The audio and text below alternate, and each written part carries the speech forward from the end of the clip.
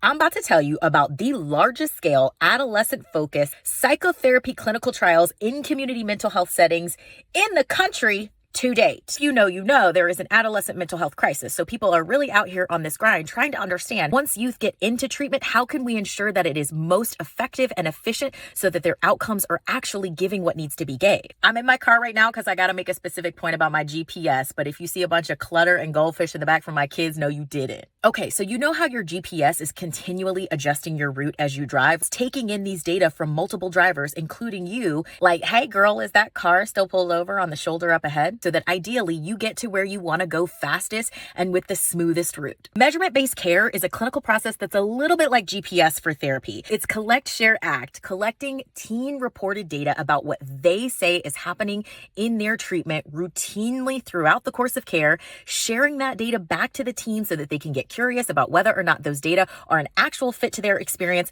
and then acting in collaboration with that teen to make meaningful changes to care. Now, what we know is that when we use measurement-based care or MBC, people get better faster, they drop out of treatment less, and they improve more. That sounds great. What's the problem? The problem is that we have more people out here doing measurement-based driving than measurement-based care. So back to this clinical trial. Treatments for emotional disorders that have really good scientific support in clinical trials, when they get out here into the real world, into community mental health clinics, they're not necessarily giving what needs to be gave, and we're not seeing those same effect sizes.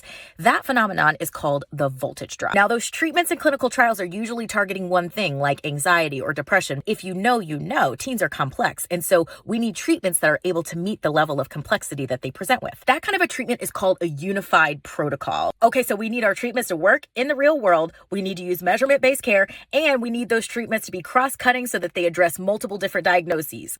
So these researchers were like, okay, bet. My girl Mandy just does. Hey, girl. Let's test a unified protocol in community mental health clinics, but make it measurement-based care. And then let's see what we see. They did this across 20 different clinics in the state of Florida and Connecticut. So the good news is that teens were reporting decreases in symptoms of anxiety and depression for treatment as usual, that unified protocol that was supercharged with measurement-based care, and when they just used measurement-based care alone. Phew.